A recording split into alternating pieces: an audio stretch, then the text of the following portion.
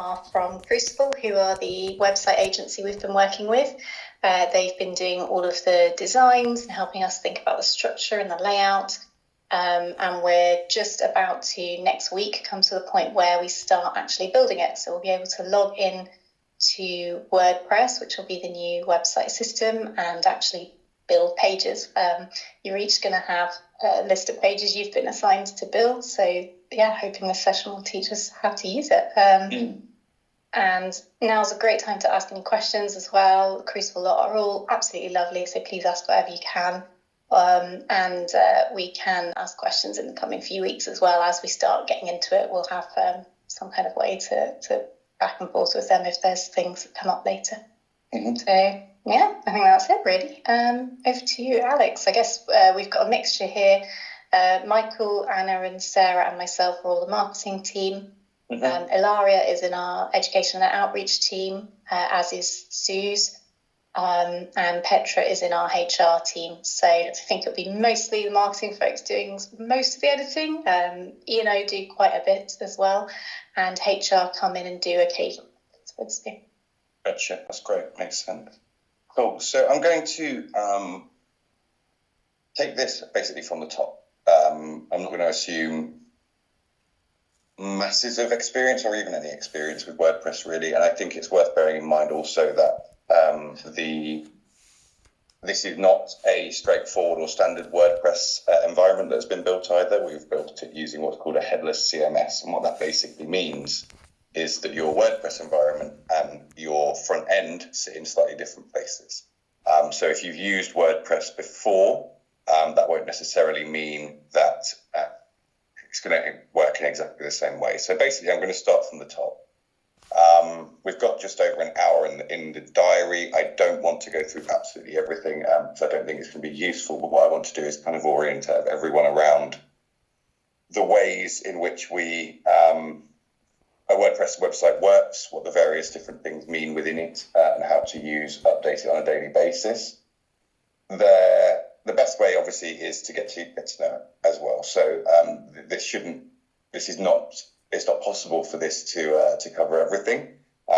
There's going to be some questions that you have after today. There's going to be some questions that you have once you're into the process of building the site out. But the Crucible team here will be on hand to answer any questions that you have. So this is kind of a top level look at all of the principles, really. The things I'm going to cover off are basically introduction to WordPress, how to access it, what the different environments are, how to edit and how to publish in very broad strokes. So I'm sharing my screen, but I'm not going to full screen it because I'm going to be flipping about. I've got a WordPress dashboard that I'm going to show you a little bit about in the back end as well. And I've got a front end. Now, I should say this is about the timing. This is not finished. Sophie, you'll certainly notice that the menu doesn't look right at the moment. The goal is that that we'll be in a position to start with the content upload on Monday. For the time being, we're not going to provide logins because we're still doing, certainly for the next couple of days, pretty heavy work on the site. But once you get there, it will look a lot more finished than what it looks at the moment. So I'm going to dive in then. First thing that you'll see when you access the URL, I should say that URL in there at the moment is not the correct URL. We're moving it across to the actual staging environment this afternoon. You'll see this box here asking you to sign in. You'll see a variation of it depending on which browser you're using. That's Chrome. If you're using Safari or Edge, you'll see a slight difference of that. That is there. Basically, we've got a password protection on the whole front end of the site. That's there simply to protect Google from crawling it. We don't want Google to see it before we're ready to go live. We don't want people to stumble across the development environment. It's unlikely as though it is. So you've got a simple username there, which is just Crucible Dev. So that's what you're going to enter there into the URL that we will share nearer the time. We're just hammering down some final bits about that. To access the front end. Now, where this WordPress environment differs from most is that the front end is on a different URL to this. So you can see here, at the moment, we've got it on CCDC .crucible digital, so we're going to move it off of our server this afternoon, so it'll be a different URL there. And then we've got ccdc stg.wpengine.com. Now, this is where the WordPress environment lives, and this is where the front end lives. So this box here, you're going to see when you access the front end. When you access the URL for the WordPress dashboard, you'll see a slightly different box, which will look like this, WordPress branded login box. We'll supply the credentials for that, but basically what you'll need to do is head to this URL here. Oh, copy that and put it in for now. That isn't actually going to change. That's where you head to access the WordPress dashboard in order to make changes. So just to clarify, different URL for the front end to the WordPress dashboard where the changes are made. And we'll send all of your credentials across towards the end of the week. The WordPress dashboard then, this is roughly what you'll see when you first log in. The meat of what you need to do is this area that I've highlighted in pink down the left-hand side there. Those are the main headings that we're going to go through today, and those are the areas of the dashboard that are actually useful to you. This stuff here on the right-hand side, it's stuff that WordPress forces you to leave in. We don't really make use of it. The only difference to that is that you've got the profile up there. If you need to make any changes to your own profile, such as changing password, changing authentication methods, then you'll use this button up on the top right there, which is essentially your profile button. So that's the first thing you'll see when you see your WordPress dashboard. So just to quickly confirm what we mean by staging and production environments then. A staging environment is being created this afternoon. That is where all of the content is going to be uploaded and development work will still be ongoing there. Once the content testing, bug fixing is all sorted, this environment will be copied over into production. Staging will be maintained for further testing, but changes to content made here will not be replicated on the live environment. So at that point, we'll split and there'll be two different environments that are active. We're going to keep hold of staging in case we need to test out the build of a new component or something like that. But you shouldn't expect to see on staging the same that you see on live.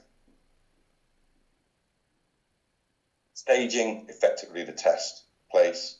Production, effectively the live website. Well, that's duplicated. So, again, if you're used to using WordPress at all, you'll be used to the fact that basically if you update a page, publish a page, it's basically already there on the front end. It appears effectively straight away. This, however, is a headless setup. What that means is that a build is required. So you can see on the little screenshot there, that's just the top of the dashboard, you've got a build site button. What that means is that the system, effectively the API which has been created that speaks between the WordPress dashboard and the front end, bit of code that links this to this. Build is basically asking it to start again. Say, okay, go back and look at the database and read it again. Until a build is done, the changes that are made here in the dashboard will not be reflected on the front end here. There are limits to building. The main one that we should consider during content upload is that a build can take between 3 and 4 minutes. We've been keeping them down to about, so far they're about 90 seconds, but the conventional wisdom is that a build can take 3 to 4 minutes. What this means, content upload, is that we should work out a sensible workflow to understand when a build should be done. The primary thing that it means for you when you're creating a page, let's say you go in, you're in here and you want to make changes to this About Us page. I'll go into pages more detail shortly. I want to change this and delete this bullet point, and then I hit update up here. It's not going to show on the About page here until that build has been done.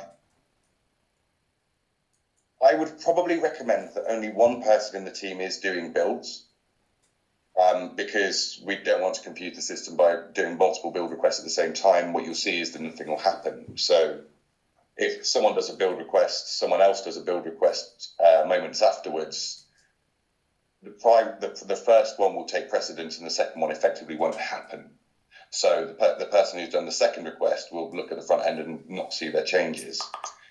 What I would recommend is that we have builds done at predefined intervals, once or twice a day.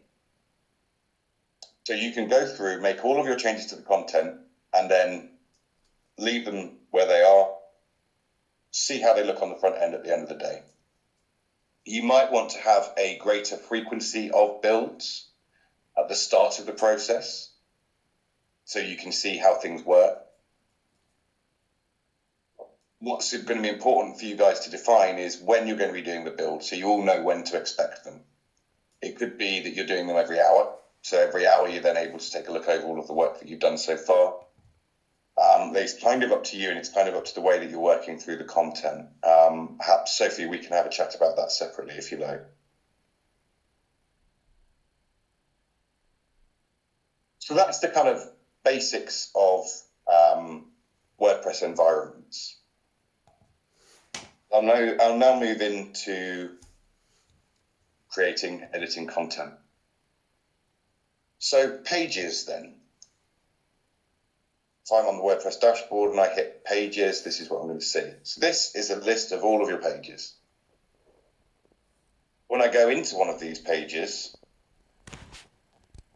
the left-hand side here is all modules, and I'll speak specifically to modules shortly. On the right-hand side here, you'll see some things on the right-hand side here which are important. I'll scroll down and I'll take you through each one. Visibility, you've got public, private, password protected. If you want to password protect a page, you can do that. The majority of instances, it's not going to be useful, and I don't think anything but public will be used for the time being, but it's worth knowing that that's there. This page was published on October 12th. That can be useful to know, or it can be useful to change, but it's probably not going to be hugely necessary for you. This will look slightly different if I if I add a new page. You'll see that instead of update, I've got publish up here. It's not going to let me publish it yet, so I've not got any content in. You can save a draft as well. I'm just going to come back in here then. Templates are used. So blog post is set up, the blog page, the blog directory is set up as a template. Software is set up as a template as well, the software page. By and large, though, you're just going to be using the same default template. We're not really using templates for content creation. The reason for that is that they include a lot of bloat stuff that people don't need.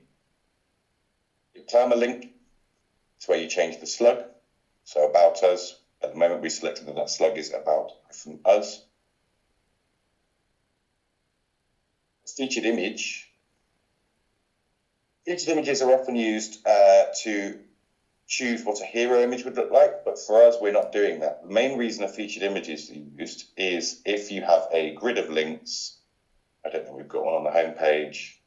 Effectively, what it does is it creates a thumbnail for the page. So if you link to the page from elsewhere, then it will know what featured image to show. Oops. Parent pages are really useful and important. So if a page is a child page of another page, then it's important to say what the parent page is. So if, for example, we wanted to say that solutions was the parent page of About Us, we would put that there. That's useful for two things.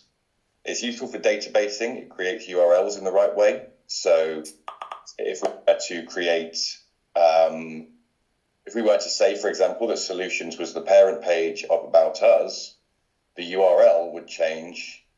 I won't for now, but the URL would change. So it would be URL /solutions /About Us. And secondly, there are designs, there are page designs which have breadcrumbs in. So the breadcrumbs which appear, you'll have seen, I'll try again, we've not created any pages, which, here we go, look. So solutions there is the first level breadcrumb. If you create a page which is a child to solutions, then that will show here to the right-hand side of solutions. So it's really important to make sure that you're creating the, associating the parent pages. When you're done making your changes, you'll hit update up here. If this right-hand area here is not showing, because it's been clicked here, hit the settings cog and it will come back. You've got some options in here as well. Those are mainly readability options, and I'd recommend leaving them as they are. And you've got some Yoast SEO stuff in here as well, which I'll go into this afternoon on specifically talking about Yoast. So that's how we're editing pages. Rather, that's how we're editing the status of the pages rather than the content that's on them. I should quickly say, ask if there are any questions so far before I jump into the next thing. Just rattle on. Cool. So posts then. Posts function pretty much like pages. They contain all of your blog posts, your news, your case studies. So you've got a screenshot here. That's what this looks like. We click on posts. Title here, author here, categories, and tags. So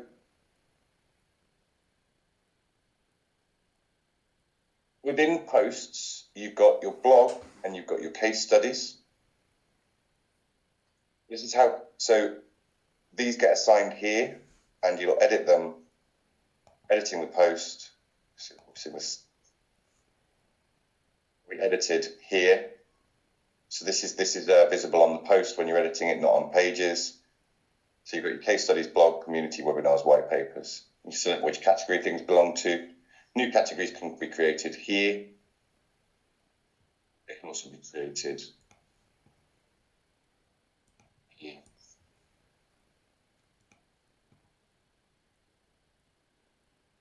Okay. So we have the post. Tags work in exactly the same way. These are the most used. You'll enter that in. And you'll hit enter to insert a new tag.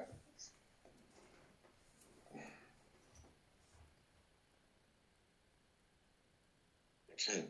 So categorizing is really important. In some ways, it's because it's good to keep an order of your database, but it also tells the front end what to put through various places. If we have a look at the insights page here, these categories appear on the left-hand side. If I select case studies, that's going to pull through my test case study. That's the only one tagged to case studies at the moment.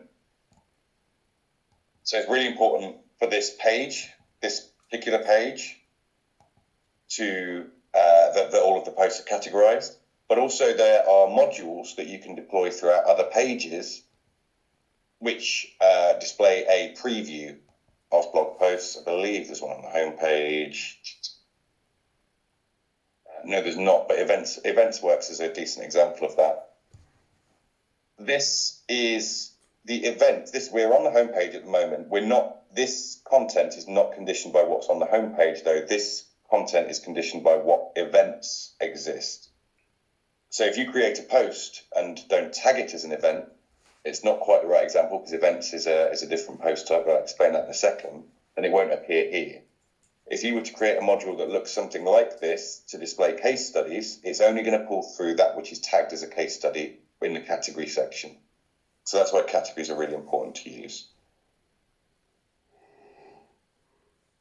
So I'll move on to custom post types then, which are a slight deviation from posts. These are the ones which have to display in different ways. These are the ones that are specific beyond the normal remit of what WordPress, I would say, normally does. they have slight differences in function. So for example, all of your solutions, all of the software are custom post types. The reason for that is they need to display in a particular filter. So on the solutions page, we have a filter here. Again, tagging is really important here because the solution has been created. CSD Python API, for example, has been created. Academic research will only show solutions which have been tagged to that and use cases. So now we're only seeing stuff which is tagged to academic research and discovering new molecules. So tagging on that basis, tagging the solutions when you create them, is what makes them populate this list.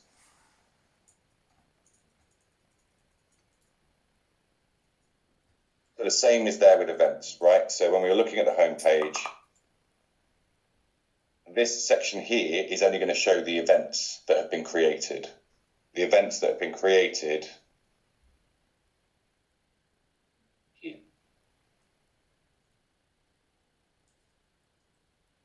Those are created separately. They're not created as pages. They are created as events. As a rule of thumb, if you're looking to create a piece of content, it's worth checking this list down the left-hand side to see whether it is one of those before you're creating it as a page. Effectively, pages are discrete. They stand alone. They are, other than their nesting in the database, not referring to other pages. Events are a template that is referred to elsewhere. Same with solutions, same with publications.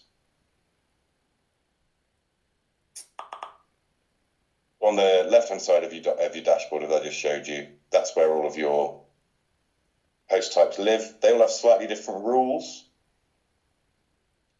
Each of them will have a slightly different layout when you get in there. That's to facilitate a different layout. So an event, for example, when you go in, has particular information related to events, right? That's the only place where we need a date to be shown. The time, for example, the start date conditions what order the events display in. It shows the soonest first. So that information which is specific to events only displays on events. Okay. Again, I'll briefly pause and ask if there are any questions at all before moving on.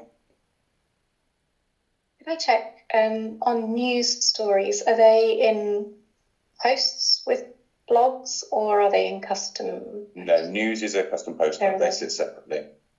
The reason for that is because they're different in the upload, mainly. It would cause a database clash if we were to have them in the same post type, but they'll pull through in the same way. Okay. And I'll just clarify here, when Crucible are saying solutions, we mean our products. So each of our products will have its own page and will be tagged. So for example, gold is for drug discovery, so that those filters Alex just showed will work. So each of our product pages will be in that area. Thank you. This is probably planned already, but will we have a list of which categories there are for a post, which is outside a post, and what we expect to be a normal page? Just it's in the slides, but just something written down. Yeah, so basically these are your post types. There may be more added as we get into other sections of the site. Begin with, we're only looking at 2 specific areas of the site, so you've definitely got enough for that, is the idea. And then there are other things on slide 10 that are categories for the post. So. Yeah, so, okay, so that's worth clarifying, isn't it? So within posts, there are categories. Mm-hmm. Those being case studies, blog, community, webinars, white papers. These are kind of webinars and white papers we know we're going to go ahead with. Community was in there. It's basically a placeholder for the time being. It can be changed. These are very flexible. We go to the insights. So these are the categories here. If I were to add one, do a build, it would show here. So they can be added and as needed. If if you, I don't know, were to start a podcast, for example, what you might do is create that as a category and have that shown there.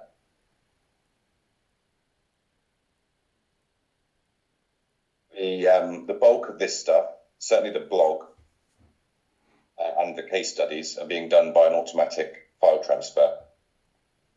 So you won't have to go through that, basically. The categories there, you can see we've got a load of posts in here already from our test. So these have all been pulled through, and we've got all the tags and everything like that already.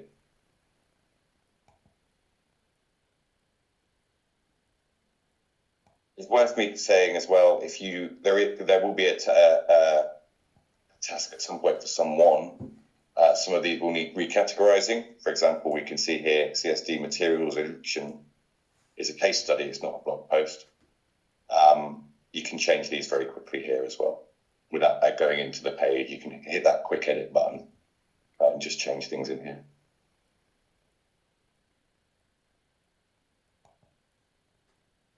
Shuki, any other questions on that at all?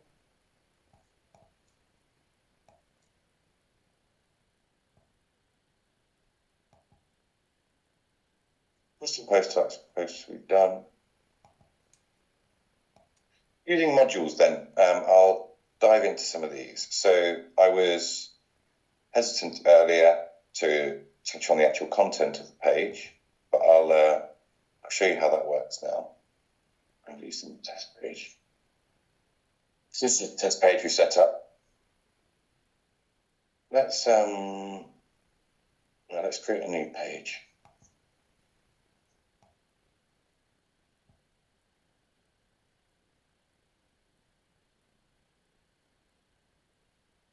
So if you're creating a page from scratch, this is roughly what it's going to look like.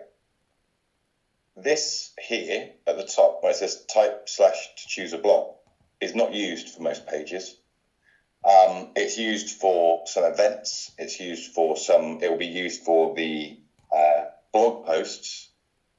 If you're creating a page, really what you're doing is you're using what's slightly below this. This is the block editor here at the top. This is the modules. And you're going to be building a page out of modules. So if we look at the front end, this is a hero module. This is a link grid module. Forgive the CSS errors there still being fixed. This is an image, or this is a content grid. We'll share with you a document which has all of the modules listed out on them. And they have names that correspond to the names that appear here. So when you're building out a page, you basically got this list of content display types at your disposal when you're creating pages. So hero module is the one we just saw there. Link grid is the one I pointed out before. WYSIWYG, what you get, row. These can all be used in different ways. So a hero module has the option to have a custom title. So if you want it to be different to the page title, do you want to add a CTA? Do you want to add an image? And you can change the padding as well. Sometimes, because these modules are designed to be completely editable, sometimes you can look at the page and see that actually there's way too much space between the module you just put in and the module above or below. So you've got the option here to remove padding. What that is because you've got padding at the top and the bottom of the module you're looking at and the bottom of the module above it.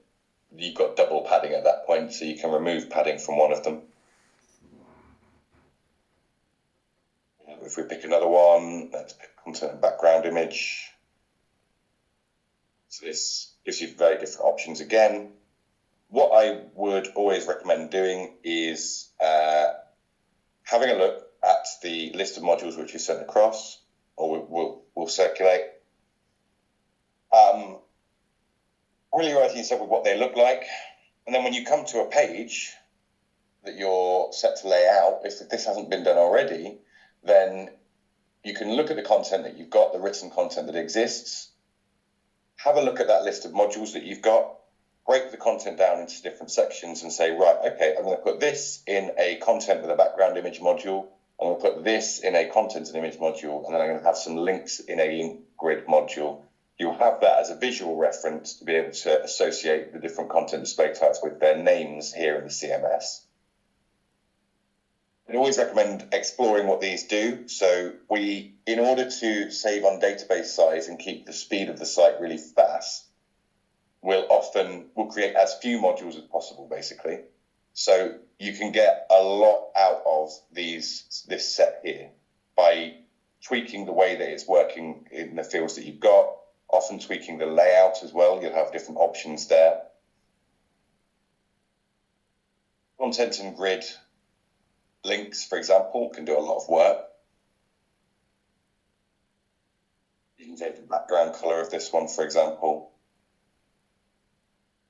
You can change here, you can do the content width as a third or a half. You can change the grid link layout. There's a lot of different things that you can do there. So familiarizing yourself with the modules and what they can do is really one of the first things to do. So modules are content blocks which can be used to create different layouts. So module list will be shared. Click on an add row to add a module. I said that, just a very little thing is that if you want to add a module at the bottom of the page, scroll right down, hit add row. If you want to add a module above another, hit add layout here. And if you want to remove a module, it's this minus button here. Clicking anywhere in this bar will close it basically, and that can be really useful if you want to swap the order of something, which is done simply by dragging down the page. There are elements outside of the modules. At the moment, as I say, this is not correct, but your top navigation and your footer, which are there by default. So after the last module on the page, the footer will appear. Again, the footer is due to be finished. So you don't need to worry about that. You're only doing the content of the page that you're doing. Okay. There's no point in me taking you through all of the modules. As I say, it's just a case of going through them, understanding what each one of them does, and then making the right choices and picking the right choices based on the content that you've got. Are there any questions there? Oh, yeah. Great minds. So as we're building it there, you're sort of filling in text boxes, you're maybe uploading it, and it actually looks like on the page until after there's been a build. Yeah, that's the case basically. It is a slightly strange workflow, but it kind of is the only one we can do using a headless CMS. Is there a workaround? That's fine if that's the standard way. I'm just checking. So that makes sense then, that towards the beginning we might do a build once an hour, and then people can go check, I've only done these 2 pages. Oh no, that didn't work at all how I thought. I need to switch some things around or change it. And then as we get more used to how the modules look, you might be able to say, well, I want it to look how it looks on page A. Now I'm building page C. So I'll just go and sort of copy what I did there. Yeah, exactly. And what we'll do wherever possible as well is you'll get a sense for which fields here do what. So what does the title line 1, 2, and 3, and the tag name, what do they do on the front end? So, and what does displaying a tag, removing a tag do? And the best thing to do is just to fill it out using this. We break this into as many fields as possible so that it's more difficult to get wrong, basically. Okay. And then my other question was, presumably all of these boxes should be treated as if a customer could see it. None of this is just internal name only or anything. All of this can be seen, yeah. Yeah, it should all be treated as though it can be seen. The only thing that isn't, and though still technically could be, is your module ID, which is used for creating anchors. And that will still show up in the URL if you link. So if you hover over it, it'll show up in the URL bar. So it's still good to something sensible there, really. Okay, thank you. I have a question regarding the preview button top right next to publish. Is that the equivalent of like a staging site, so you can see how the page looks before you publish it? So the preview button, effectively for this build, it's my understanding won't work. Okay.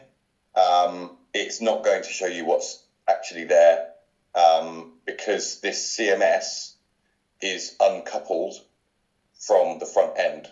So, sorry, this CMS. So if I were to try and preview something, let's just say, let's keep that title the same. If I try to preview it, it's not going to have any of the CSS on it. Okay. Because it's decoupled from the actual front end. So those fields won't work, basically. So is it a case of quickly checking it live and then if you've made a mistake, quickly changing it? Or once we're into the once it's been deployed and it's running, yeah, basically it's the case of, I would recommend doing changes close to the scheduled build time, which we'll agree on. We're more likely to be doing builds on a daily basis rather than every time there is an update to the CMS. So doing a build, checking it close to the after the build time, and making sure that you're there to check it.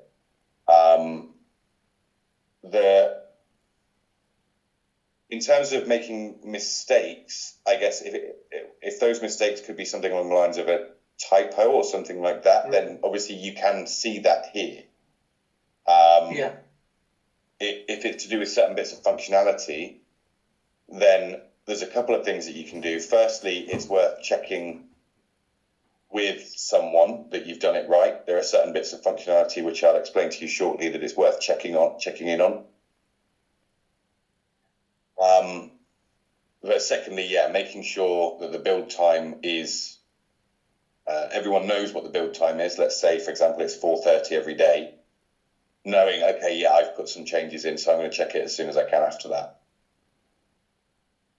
Okay, sorry, be play devil's advocate a little bit. So if I put a page live, then 4:35 I check it and I think, oh my goodness, I've ballsed up because I've missed something out, or I don't know, whatever. I'll obviously come back into here and change it, but then do I have to wait till 4:30 the following day for it to go live again to be rectified? What I would say is that it should depend on the urgency of the mistake. If it is a big mistake and it's going to be visible and people are going to see it, then it is possible to trigger a build using the CMS. So that button up at the top, build site, can be used. Okay. What we're trying to do is limit the amount of times that happens because you've got a big bandwidth requirement there. Effectively, it translates to cost in the hosting setup. Sure. So we don't want to be building unless we can help it outside of the scheduled times. But if it's a mistake and people are going to see it, then you can just rebuild. Okay. Thanks. And sorry, Mike, I've got another question. If I build a page, for example, I don't know, it's a new science page, and I would like a scientist to have a look at it, and they don't have login to the WordPress site, is there kind of an equivalent of a staging link that I could send to them that they could view, or what? I guess to rephrase my question, what would be the easiest way for a non-WordPress editor to review a page, if that? And to review a page prior to it being put visible.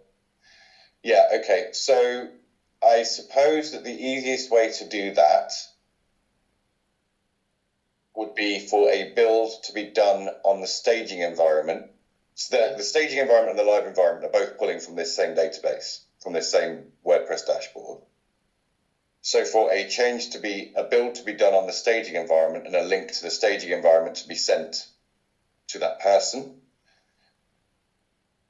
they would have to review it before the next scheduled build time on the live environment, because it will do it at that point. Does that make sense? Yes, it does. Yeah. Yeah. So I think that would be my approach there. I will double confirm with the developer that is the most sensible thing to do, but that strikes me as the most sensible thing to do. Yeah, brilliant. So going back to my first question, it might be worthwhile as agreeing like a build on the staging site half an hour before the build on the live site, so we can all go and check our changes, our pages that we've built, and then we can change them quickly if needs be before they go live at the 4:30 build. Yes, potentially. What I would suggest, though, is that build on the staging environment should probably be slightly more ad hoc, because once we're into the flow of things, the site has been existent.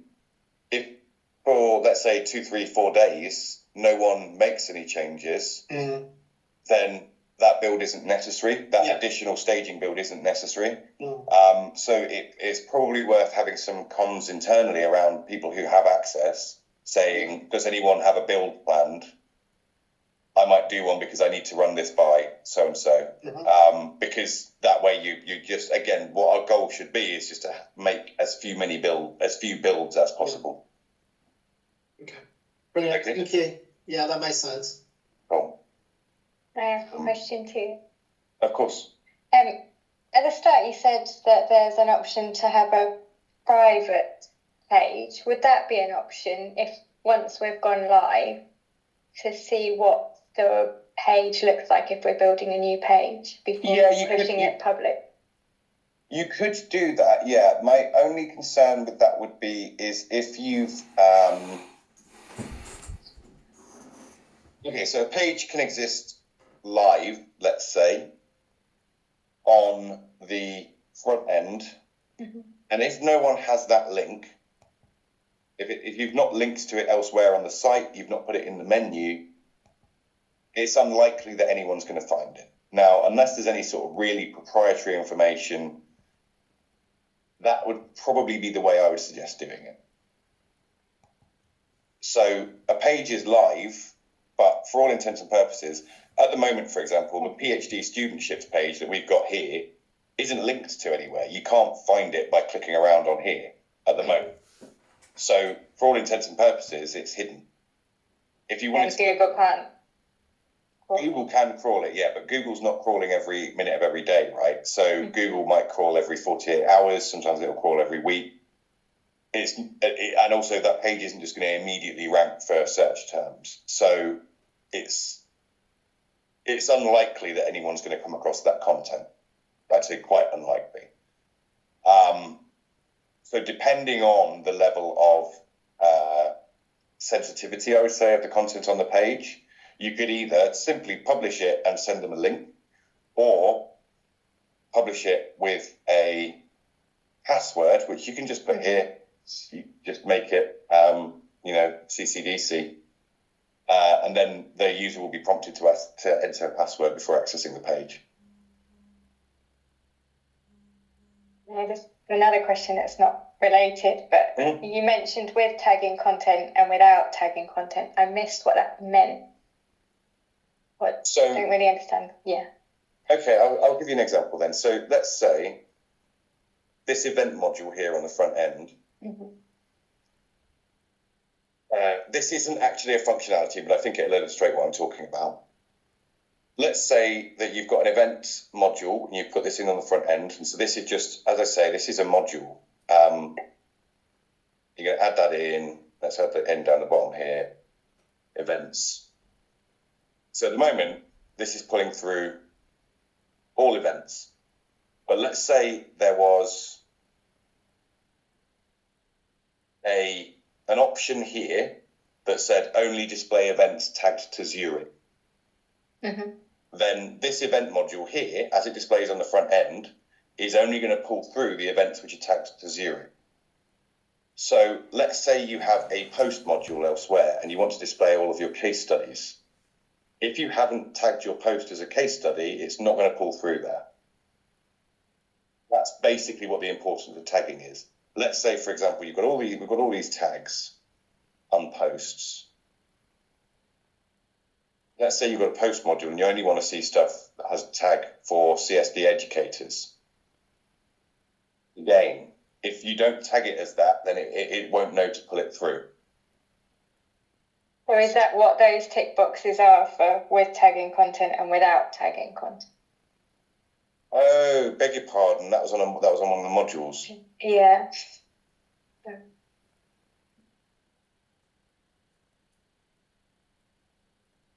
No. Yeah, So that bit there, content stuff. Yeah. Okay, so what that is, that's slightly different. Have I got a... So you see... No, that hasn't rebuilt, is it? Let's...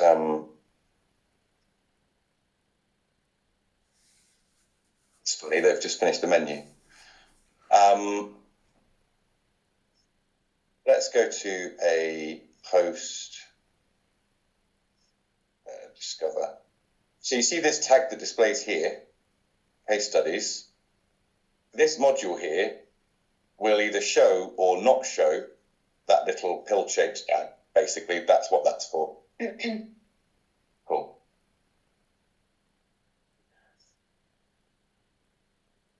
Can I ask one more thing about builds? So every time we do a build, it costs us money, or you have, I mean, we're talking a little bit onto the bill.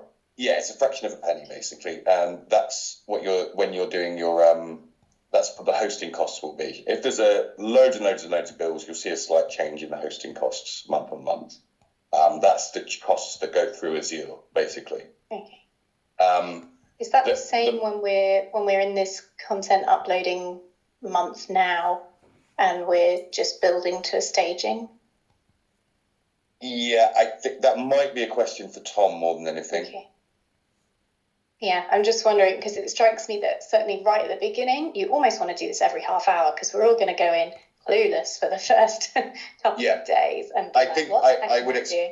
But in time, I can see after the site's been live for a month or two, yeah, you only do it once a day or even less. But yeah, okay. Yeah, it's a fair question. I would ask Tom. I'll just briefly. Right. Yeah, we can do that after. And the other builds always just done when someone presses the do a build button, or can that be scheduled like you said? It happens at 4:30 every day. Would that be an automatic thing that we set up, or that would be something that we set up for you? Okay. I don't think it can be controlled within the CMS. Okay, so after we're live, there will be an agreed upon automatic build frequency and time and date. Okay. I think it was agreed upon earlier on in the process. To be honest, the frequency. I don't know if the actual time has been set upon. Sure. No, that's fine. I was just curious. Does one of us have to remember to go in and do something daily, or indeed, if it's automatic, can we go? Oh shoot, no, don't do it today. We know there's something happening. Okay, it's fine. Another one. What's the difference then between what does a private page mean? If Google can still crawl it, what does private actually mean? A private page will only be visible for someone that is logged into the CMS. And a password protected page will only be visible if you put the password in. Okay, so we could use both of those for preparing a page, but we don't actually want it to be public for another couple of days, or preparing a page and we then need somebody else to proofread it, or... Yeah, the way I tend to do it, it feels slightly easier for me, is if I'm on a page that has been published, this one, I would tend to make sure I'm happy with it and then just switch it back to a draft. And then it will keep all of the information there, and then you can just hit publish when you're ready. Yeah, I'm thinking we'll often, we'll want to check it looks right on the front end. And we might be preparing stuff before the actual launch day of a particular initiative or whatever. or we might, as Michael said, you might need somebody else around the business who isn't into WordPress. You just want them to look at the page and approve it and say, this is what I'm going with. Are you happy with that? And they might say, oh, you swap that image, you fix that typo. So a password one would be good there. Yeah, so exactly, yeah. So someone who doesn't have a WordPress login, you might want to give them a password protected page. If you want to check a private page, if you want to check a page with someone that does have a WordPress login, then a private page will do the job. Okay, that's fine. So, and the password protected pages, they'll still only be accessible after a build. Yes, that's right. Yeah. Okay. So you need to make the page password protected, do a build, give the link and the password to somebody, and say, you need to check this. I want to put it live next Wednesday or whatever. And then on that day, you can go in and change it from password to upload. Yeah. So the way to think about it is that all of the content on the page, but also the status of any pages, will only be reflected on the front end once there has been a build. Okay. You see what I mean? Yes, yeah. So if you want a page to go live on Wednesday, you should change it to public on Tuesday afternoon so that the 4 p.m. build time. Okay. Yeah, exactly. The way to think about it is that a build basically says that fires the link between the CMS and the front end. Okay. And I guess we'll always have the option to do a manual build on top of the automatic ones.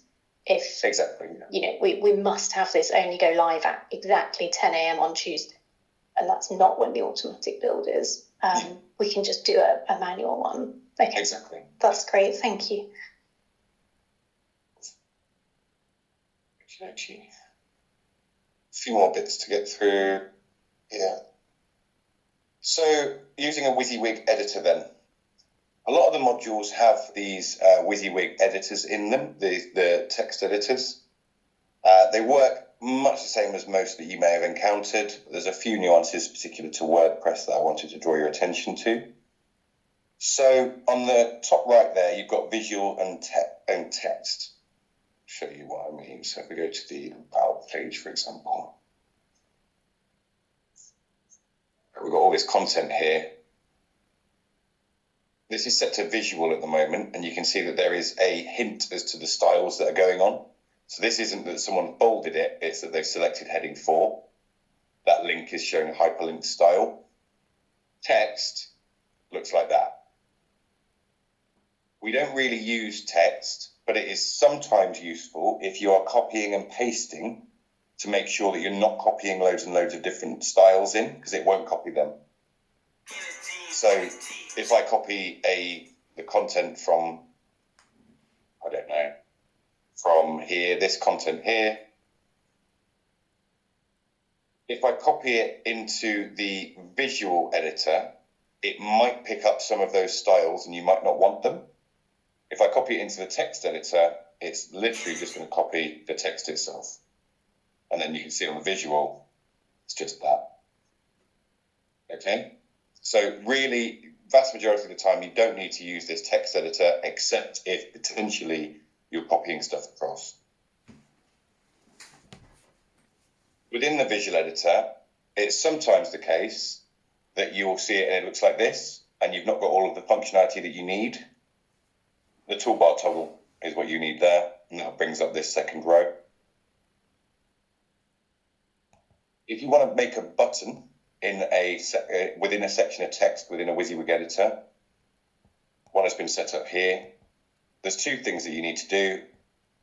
You need to create a hyperlink by selecting the text, putting in your hyperlink like this, but also you need to select the format, and there's a format that's available to you there, which is button primary.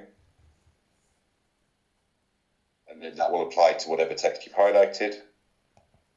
And your headings, your heading style are selected here.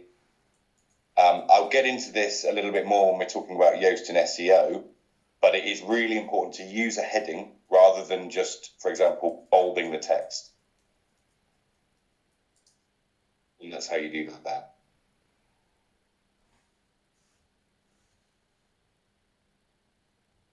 So that's your WYSIWYG editor. Again, as I say, there are a few modules which have them in them.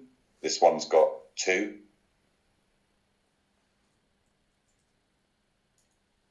Beyond the text and the formats, there's really not that much you need to do though.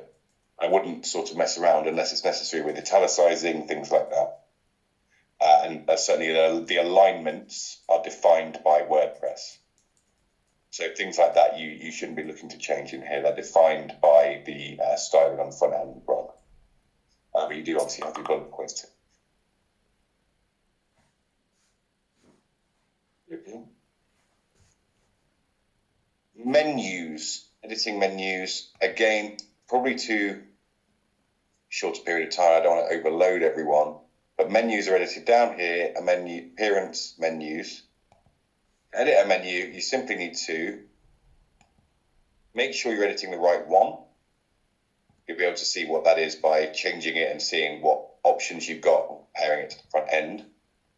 To add a page to the menu or a post or custom post type, you either grab it and say, yeah, I want to add community into the menu, add it to the menu, or you can just search for it.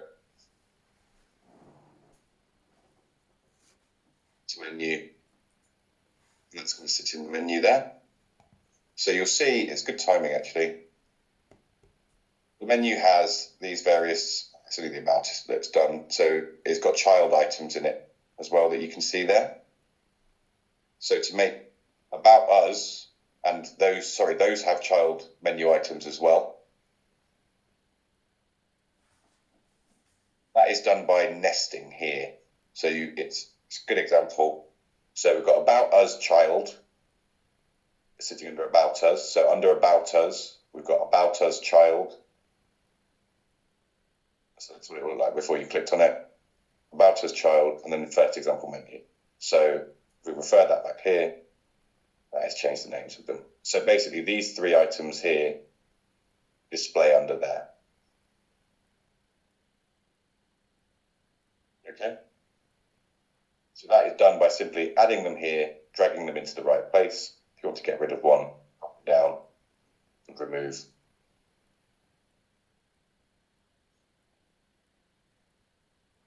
Okay.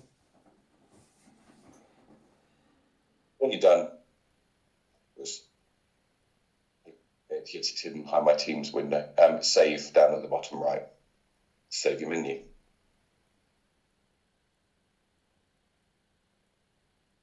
Secondary authentication is a question which we should have if you want to enact secondary authentication to improve the security of logging into the CMS. Can be done. I'd say let's certainly get through the content upload before we do that, because it'll be a pain if you're logging in many times a day to secondary authenticate every time. But that can be set up that way. And admins can change the way the rules. So let's say you've got an editor role and you decide that you want all editors to have to authenticate with using 2-factor authentication, then that can be set up. But let's see how we get on with the content upload and maybe define those rules towards the end of that. Finally, rules for imagery then. That is a screenshot below of the media library. You won't probably come across that many reasons to go to the media library. It basically just stores all of the images that have been uploaded. When you're adding an image to a page, for example, the About Us page, that's done on a module by module basis. So you add some media into the WYSIWYG here. If I hit that, then it's going to show me the media library, or I can simply upload files here. It says there that there is a maximum upload file size of 50 megabytes. That's massive. We don't want to be uploading any images, I would argue, bigger than 1 megabyte. We're talking it's page speed, it's also the speed of the database. If all of the images are that big, there could be 1,000 images on the site by the time it's done, then obviously that's a pretty huge database. Images should be kept down to 1 megabyte, ideally.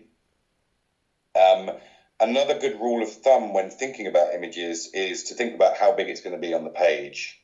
So this page is never bigger or wider than 1920 pixels. If you're looking at it on a screen that's, a 4K screen, the screen does the work.